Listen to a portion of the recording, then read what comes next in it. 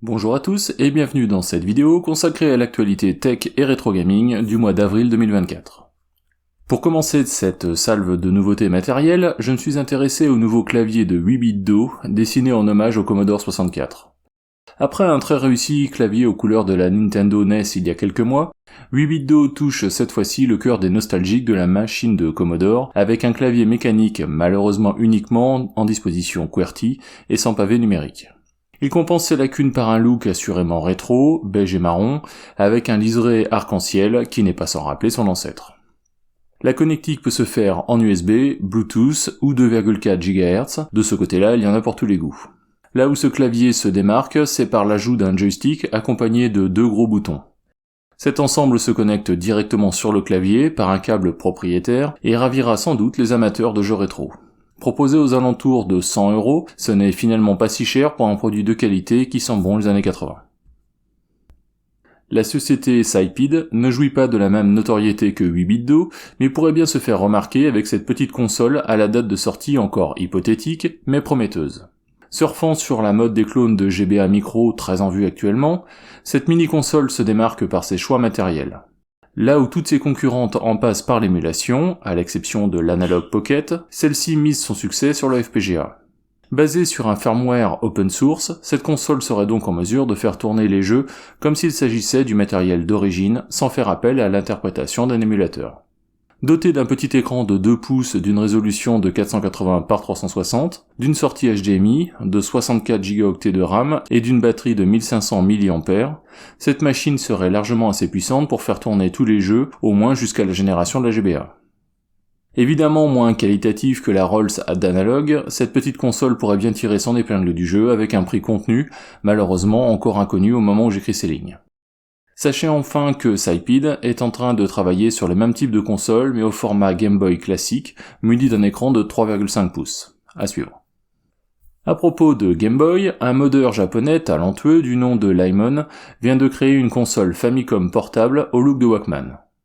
À l'instar de la machine emblématique de Sony dans les années 80, le chargement des cartouches s'effectue latéralement, comme une cassette audio, et comme sur le port original de la console. Limon a ainsi détourné la carte mère d'une Famicom, qu'il a insérée dans un boîtier imprimé en 3D, avec un écran LCD de 3,5 pouces. Même les contrôles proviennent de la manette originale de la console, le gameplay est donc identique à l'original. La console a été modernisée au passage, avec l'ajout d'un haut-parleur, d'une batterie et d'un port USB-C pour la recharge. Évidemment, ce genre de mode ne s'adresse pas à tout le monde, mais l'initiative vaut le détour.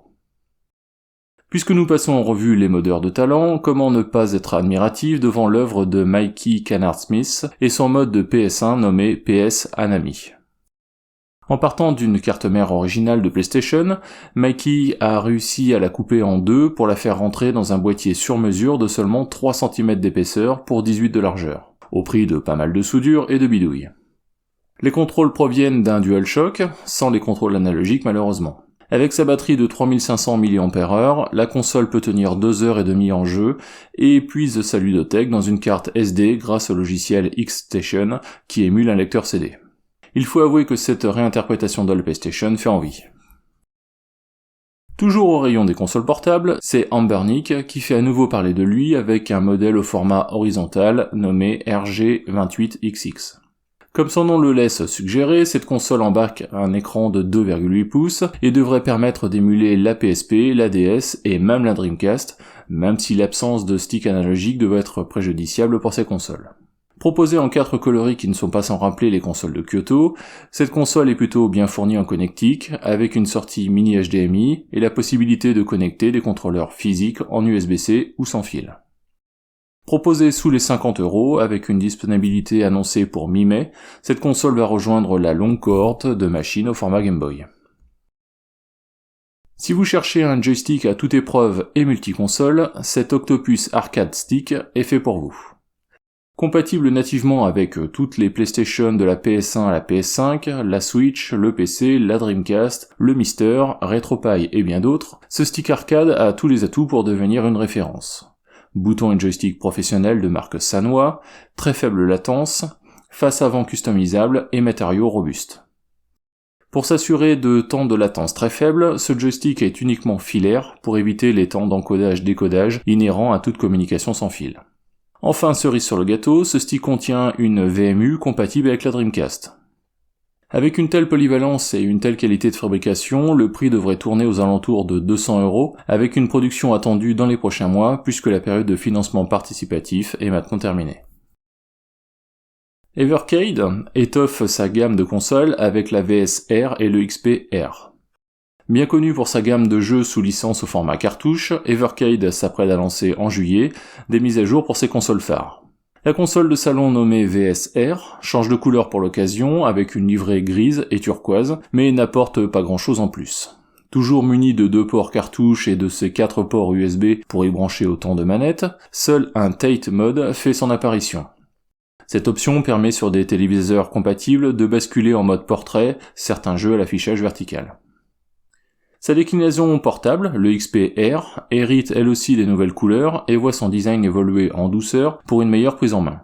Cependant, elle perd au passage les 18 jeux Capcom intégrés de son aîné, ainsi que le port HDMI pour la sortie TV.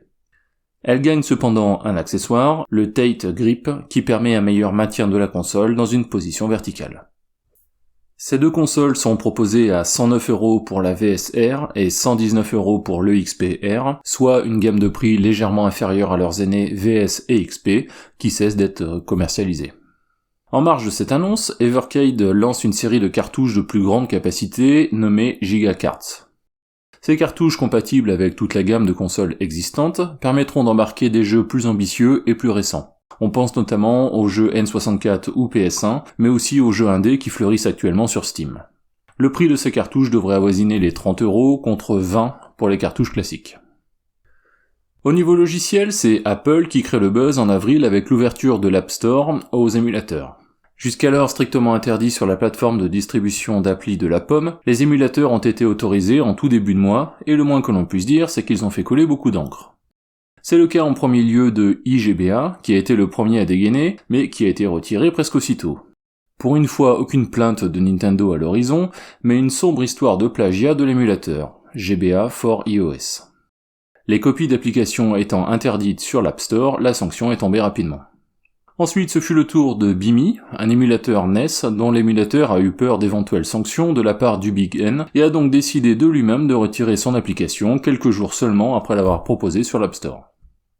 À l'heure où j'écris ces lignes, l'émulateur Commodore 64, nommé EMU64 XL, est disponible et le très connu PPSSPP, émulant la machine de Sony, devrait l'être très prochainement si la PSP n'est pas jugée trop jeune pour Apple.